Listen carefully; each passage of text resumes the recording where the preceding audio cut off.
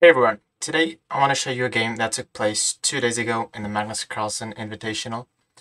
It was their preliminary stage, and this is a game of Magnus Carlsen himself, the world chess champion, playing against Shakhriyar Mamedyarov, who is a player from Azerbaijan, a grandmaster, a very strong grandmaster in the top 20 in the world. So this game started out with e4. Carlsen had the white pieces.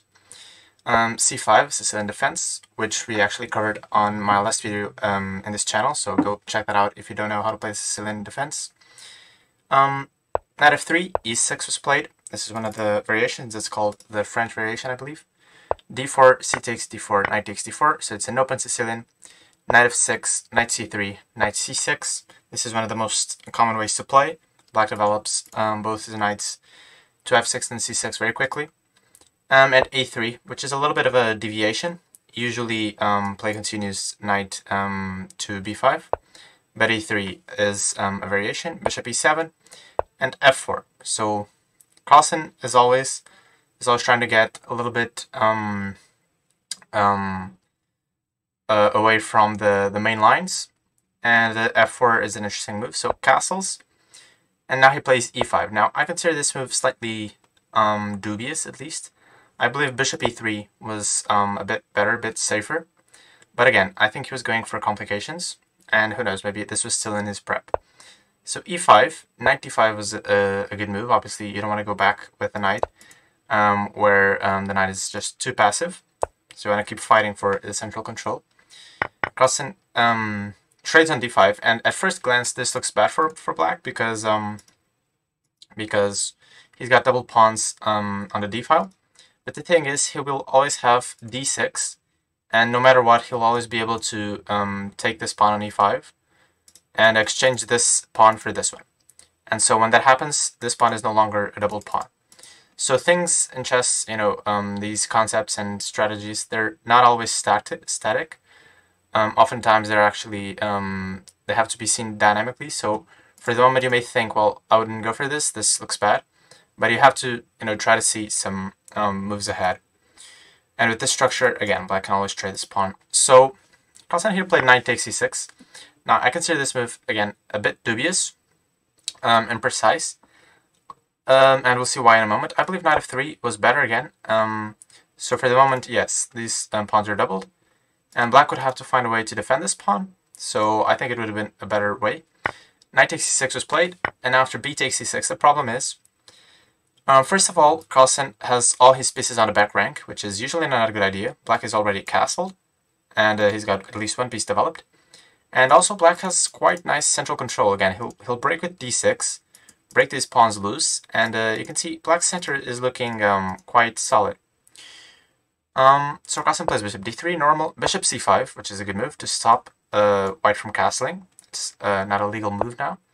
So queen f3, d6, again breaking the structure, and bishop e3.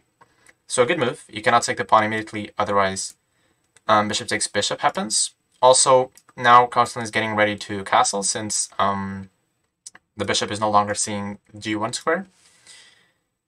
And here Mamedyarov plays rook b8, which I don't regard as I don't regard this move very highly. I think bishop takes e3 would have been better, and after queen takes e3, d takes e5, f takes e5, this would have been a very strong sequence, because now you can see, by the way, you cannot take with the queen because there is rook e8, and you just lose the queen because of this pin. So actually this whole sequence is first, trades the bishops, trades the pawns, and after rook e8, and white has to find a way to defend his king, so castles, and after queen b6, which is a move I quite like, there, as we say in chess, black is playing for two results, either a draw or a win. He can never lose this position. This forces a trade of queens because this queen is pinned, so you have to trade, which helps black because now you're fixing the structure. You see this pawn here was isolated. You never want isolated pawns. Now it's connected with another pawn. And you see black has no weaknesses in his position, and white has a very big weakness on e5. So basically play could continue rook e1, rook e7, rook e2, for example. Just a sample line. You get the bishop out somewhere, and basically the whole play will revolve around this pawn, and this one weakness makes the whole difference in the position. And black is playing completely for the win here, with very, very little risk. And at top level, it's a very rare thing that only after 13 moves in this move, bishop e3, it's a very, very rare thing that black is in this position. Usually he's faced with many more problems. So rook b8 was played, and b4, because this pawn was hit. Mamedyarov trades the bishops and goes a5, which is a good move to... For one, this pawn was attacked, so he's getting the pawn out of harm's way and also threatening to disrupt the structure. You didn't notice how you don't want to take because that would allow queen takes with check, and you don't really have a satisfactory way to meet this check. So Carlsen castles, which is a good move. And now a trade happens, and a trade happens in the center, and rook takes b4. So black has won a pawn, but not under very comfortable circumstances. Funny enough, in terms of development and initiative, this has shifted in white's favor. Notice how all his pieces are playing, that they're all very active. This queen is very well placed. And black still needs to develop the bishop. And also this pawn is weak. So rook a8 was a good move. So pinning this bishop cannot move, otherwise the queen is lost.